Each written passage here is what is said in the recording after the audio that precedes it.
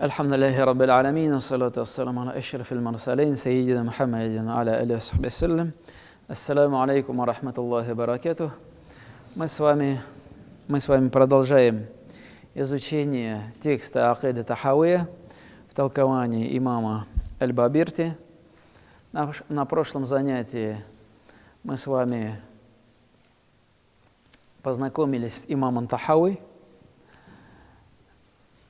отметили или толковали слова имама Тахави, что за основу своего текста он берет вероучение ханафитского мазхаба. Ну и также поговорили о существовании Аллаха Тааля, о тех доказательствах, которыми мы это доказываем. Продолжение вот той фразы, которую мы начали на прошлой неделе. «Ля шарика лягу». Нет у него сотоварищей. То есть у Аллаха Тааля нет сотоварищей. Здесь мы говорим о единстве Аллаха Тааля уже. И доказывая единство Аллаха Тааля, ученые, богословы приводят различные доказательства, но вначале нам необходимо отметить то, что является противоположностью единства, поговорить об этом, несколько слов сказать, а именно ширк. Почему? Потому что сегодня понимание ширка очень даже запутанное. Люди настолько невежественны, что называют ширком любую вещь. Фотография – это ширк. То это ширк, туда съездить – это ширк, это сделать – это ширк. Нужно понимать, что ширк – это прежде всего убеждение. Точно так же, как иман в сердце, ширк – это в первую очередь то, что в сердце. Ну а дальше это может выражаться в каких-то деяниях. Человек, может быть, своими действиями совершает какие-то действия, не противоречащие шариату. Скажем, чисто физически он стоит в мечети в одном и том же ряду с остальными молящимися, совершает те же самые движения, поклоны, стояния, руку', суджуд и так далее. Но по сути он из этого намаза может выйти грешником.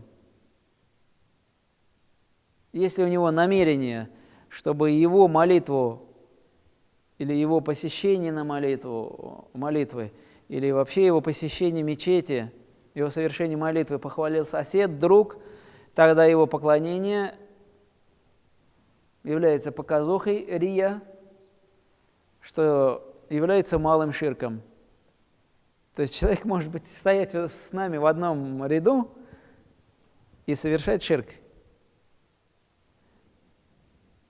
Поэтому ширк – это в первую очередь убеждение, а не какое-то действие. Съездил туда, там фотографию сфотографировался или повесил и так далее и тому подобное. Поэтому нужно правильно понимать, что такое ширк.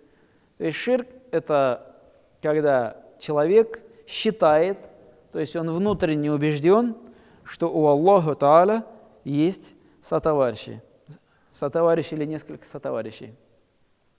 И исламские ученые выделяли 3 вида ширка. Первый – имма фиддат, кама фа'алят ас-санавия. Первый вид ширка – это ширк в сущности. Санавия в данном случае имеется в виду зороастрийцы. Это та религия, которой придерживались персы до ислама.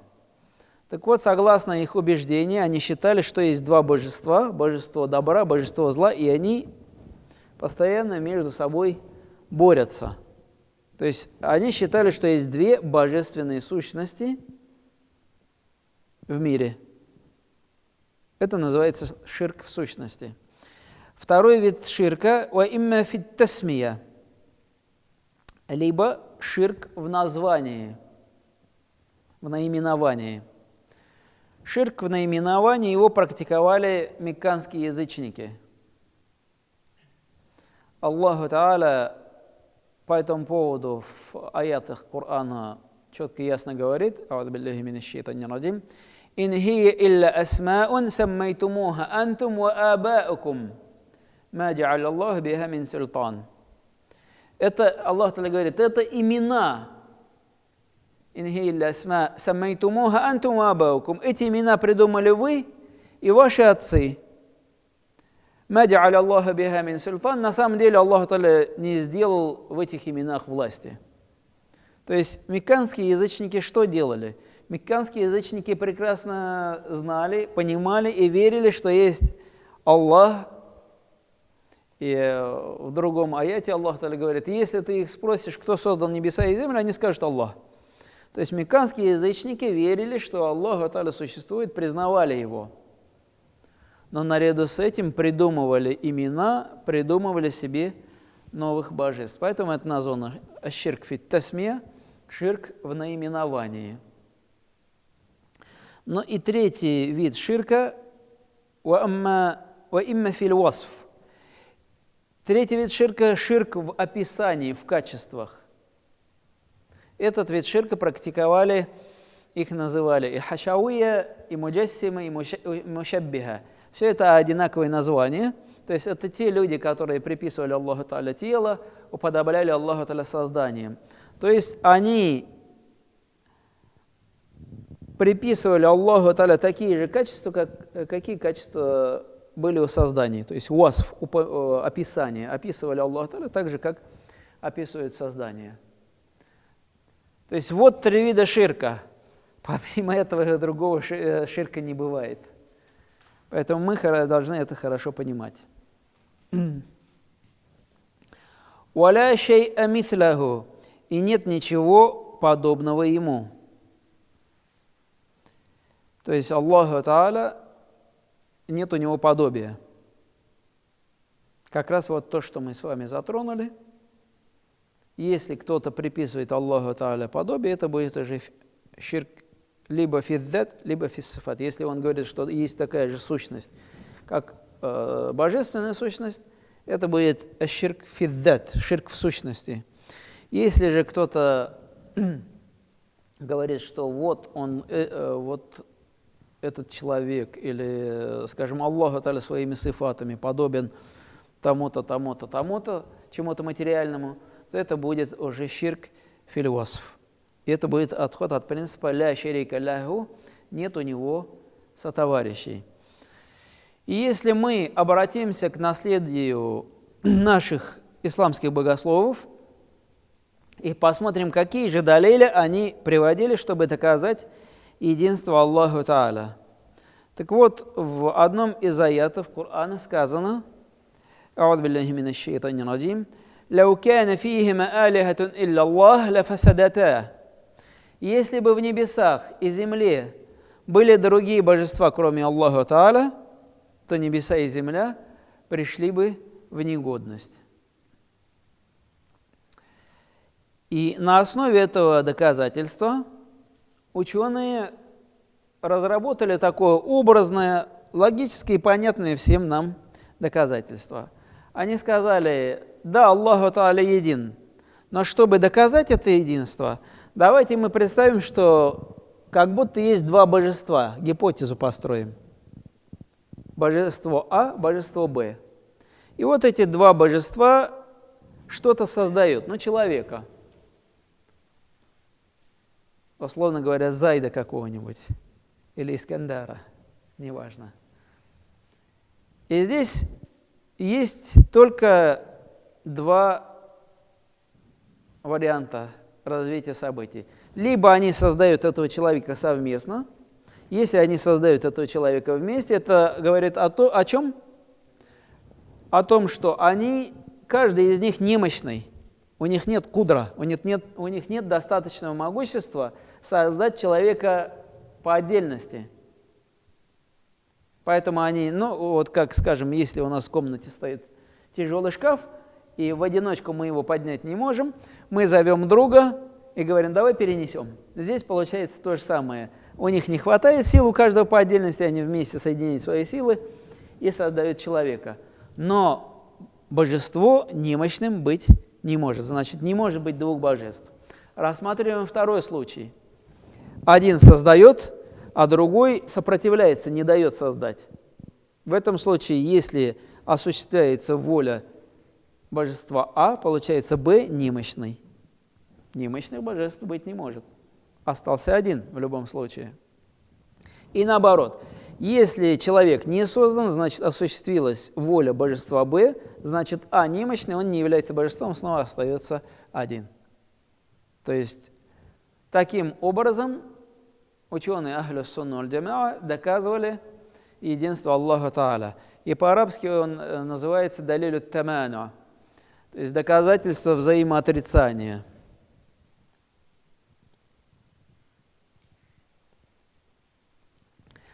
Дальше имам Тахави говорит: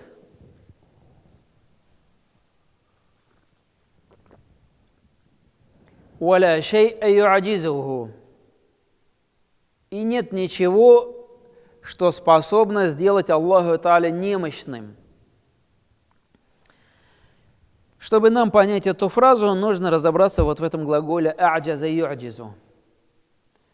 «А'джаза» его одним словом на русский язык перевести сложно, поэтому мы переводим, либо говорим «сделать немощным», либо объясняем это «сделать так, чтобы кто-либо другой не смог совершить подобное». Как это понимать?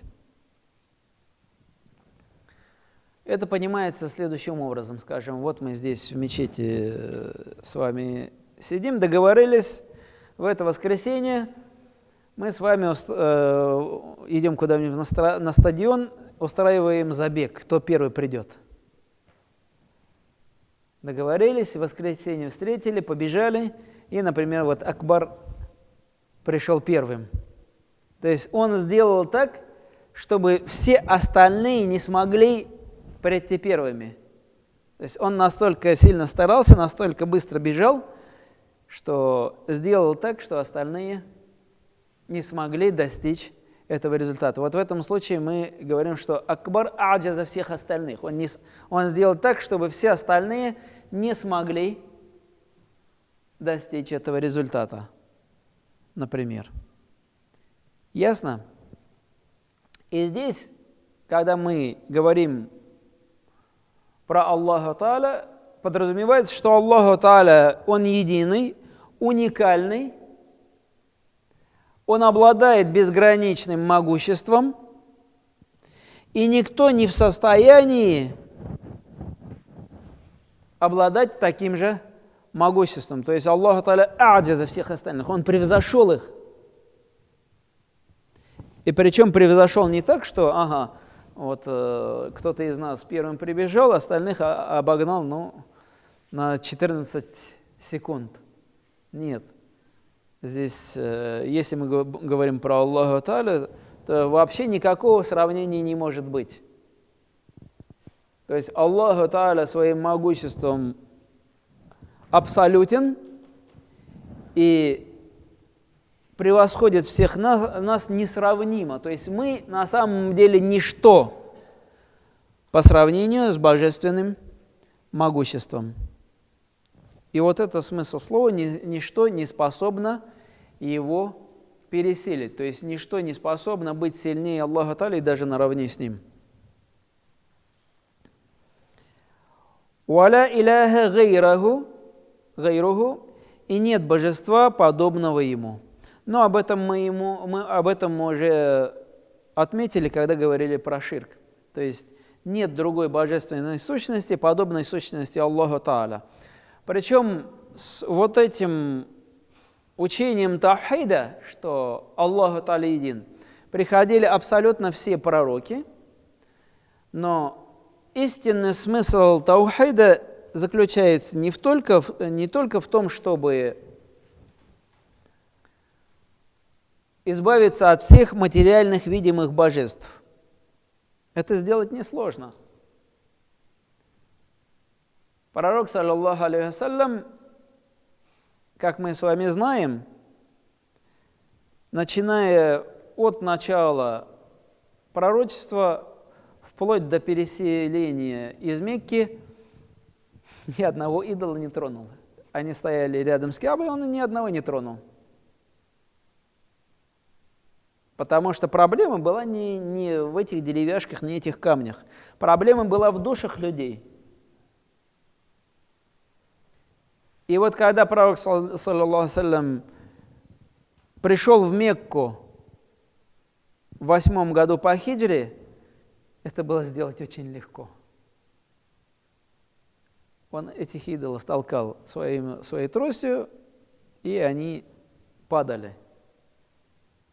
Это указывает на то, что смысл тавхида, смысл единобожия не в том, что победить только деревянные, каменные и другие какие-то изваяния.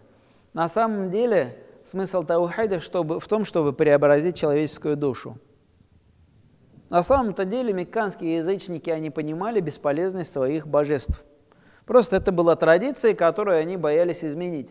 И об этом и есть множество риваятов. То есть в одних книгах рассказывается, что мекканские язычники приезжали на базар, покупали идола, ставили у себя его дома, поклонялись этому идолу. Но если от идола не было эффекта, они несли этот идол на помойку, выбрасывали и ехали на базар покупать нового идола. То есть они понимали всю абсурдность этого. Кроме этого, от Умара ибн аль-Хаттаба, рады Аллаху анху, передается риваят о том, что он вспомнил времена язычества и усмехнулся. И когда пророк спросил у него, почему ты усмехнулся, Умар ибн аль-Хаттаб сказал, я вспомнил, когда мы были язычниками. Мы делали из сладостей идола и выезжали с ним в путешествие. Когда в путешествии у нас заканчивалась еда, мы его съедали. То есть есть свое божество. Поэтому язычники, они все равно понимали, что на самом деле от этих идолов никакой пользы и вреда нет. Но они боялись изменить эту традицию. Боялись потерять свое богатство, боялись потерять свой пост, боялись потерять положение в обществе. То есть идол был здесь, нафс, который стремился ко всему этому. Поэтому истинный смысл единобожия заключается в том, что вот здесь очистить себя от идолов в первую очередь. И если здесь очищено, то человек ни о каких деревянных или каменных статуях даже задумываться не будет. Дальше имам Тахауи продолжает описывать сифаты Аллаха Та'аля и говорит: «Кадимун биля ибтида» – извечный без начала. И здесь мы употребляем именно слово «извечный», потому что оно нам несет смысл вечность в отношении прошлого. Как это так извечный? Имам Тахауи поясняет: «Биля ибтида» – без начала, то есть у Аллаха Та'аля начала нет. Имеется в виду, что Аллах Та'аля не рожден, не появился, не возник, не был создан и так далее и тому подобное. И в этом еще одно отличие Аллаха Та'аля от создания, от творений. Почему? Потому что какой бы материальный предмет этого мира мы ни взяли, любой, у него есть начало. Если мы берем человека, то есть дата, когда он родился. И если мы берем глубже, есть дата когда его зачатия, когда он начал формироваться. То есть у него есть начало возникновения, сотворения, рождения. И так любой предмет. Если мы, скажем, например, идем в магазин, покупаем, неважно что, творог, ряженку, катык, мы берем упаковку и видим дату, когда этот продукт произведен. То есть он в этот момент появился, возник, был сделан. И таким образом у всего есть начало.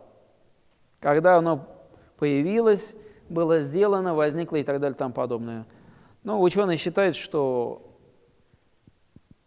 история Земли тоже насчитывает несколько миллиардов лет, то есть несколько миллиардов лет назад она появилась. Вселенная тоже называется, условная, скажем, продолжительность времени существования Вселенной от начала Большого взрыва. Если не ошибаюсь, 13 миллиардов лет. Могу ошибаться. Можете уточнить в интернете, в книгах по астрономии. То есть у всего абсолютно в этом мире есть начало. И в этом мы отличаемся от материалистов. Материалисты что говорят? Материалисты говорят, материя извечна, она никогда не возникала, она никогда не появлялась, и она не исчезнет. Она переходит из одного состояния в другое. Мы с этим не согласны, мы говорим, что нет, материя, она возникла, и есть тот, кто создал материю, и он же переводит материю из одного состояния в другое. То есть это Аллах Тааля. А сам он извечный, то есть у него нет начала, он не родился, не был рожден, не возник и так далее и тому подобное. То есть это очень важное отличие Аллаха Тааля от творений. Почему? Потому что, вспомните, на прошлом занятии мы с вами приводили пример с аптекарскими весами. Задали вопрос, весы сами по себе могут изменить свое состояние? Конечно, нет, должно быть внешнее влияние. То есть вот то, что мир существует, это говорит, что да, должен быть Создатель. И вот Создатель, в отличие от мира, он извечен, у него нет начала. Также имам Тахауи продолжает говорить «даимун биля интиха». Дословно перевод «продолжающийся без конца». Более точно мы можем перевести как «вечный без конца». Здесь речь идет о том, что у Аллаха Тааля никакого конца нет. И снова мы анализируем нас, творение, и понимаем, что у всего в этом мире есть конец. Для человека конец – это момент его смерти. Скажем, если это какой-то продукт, употребляемый в пище, конец этого продукта, когда он испортился, пришел в негодность. Мы его либо выбрасываем, либо животным отдаем. То есть все это его конец. У всего, скажем, даже если мы какую-нибудь очень качественную иномарку покупаем, все равно она рано или поздно изнашивается. Наступает момент, когда ее уже ремонтировать нецелесообразно. Ремонт становится дороже покупки новой машины, и эта машина утилизируется. И таким образом у всего. Это, конечно, является гипотезой, но она тоже подтверждает то, о чем мы говорим. То есть ученые склоняются к тому, что материки движутся, дрейфуют по поверхности Земли. И 250 миллионов лет назад был момент, когда они все составляли один единый материк. То есть Пангея, и разные названия есть. И вот этот материк, у него тоже был конец. Сейчас он раскололся на 6 маленьких материков, которые расположены далеко друг от друга. У гор тоже есть свой конец. Почему? Потому что горы, мы знаем, это когда одна плита наезжает на другую, одна уходит вниз, другая уходит вверх, получается гора. Но если, скажем, процесс идет в обратном направлении, разрушение. Кроме этого, скажем, те же самые горы, несмотря на то, что они состоят из прочного камня, они разрушаются потихоньку. Дождь, вода, снег, лед, солнце постепенно их тоже изнашивают. И наше солнце, согласно предположению ученых, у него тоже есть свой конец. И у Вселенной тоже есть свой конец. Конец есть у всего материального, но что касается Аллаха Тааля, Он бесконечен. То есть Аллах Тааля никогда не умрет, не исчезнет, не перейдет в состояние небытия. И могут возникнуть вопросы по поводу человека, человеческой души, ну и человека вообще. Вы можете спросить, а как же тогда вечность человека в раю? Не подобна ли она вечности Аллаху Тааля? На самом деле не подобна. Почему? Потому что вечность Аллаху Тааля, она ничем не обусловлена, Он вечен сам по себе. Неважно, мы существуем, не существуем, есть Вселенная, нет Вселенной, все равно Аллаху Тааля вечен, все равно у Него конца нет. Что же касается вечности людей в раю, то она обусловлена волей Аллаха Тааля. То есть люди в раю будут находиться вечно только по той причине, что Аллах Тааля пожелал создать людей таковыми в раю и пожелал создать рай вечным. Если бы Аллах Тааля не пожелал этого, то рай мог быть временным, рай мог вообще не существовать. Рай – это подарок Аллаху Тааля, который Он подготовил для богобоязненных. Это воля Аллаха Тааля. Аллах Тааля не обязан никого награждать раем. И это воля Аллаха Тааля, что и рай вечен, и обитатели вечные. Поэтому вечность людей в раю, она обусловлена божественной волей.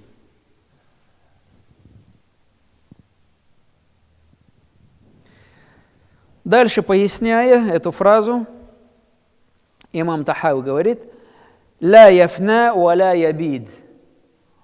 Он не исчезнет и не перейдет в состояние небытия. Это пояснение к тому, о чем мы с вами говорили. То есть Аллах Тааля не умрет, не перестанет существовать, поскольку именно Он поддерживает существование всего сущего. Без Его существования ничего существовать не может.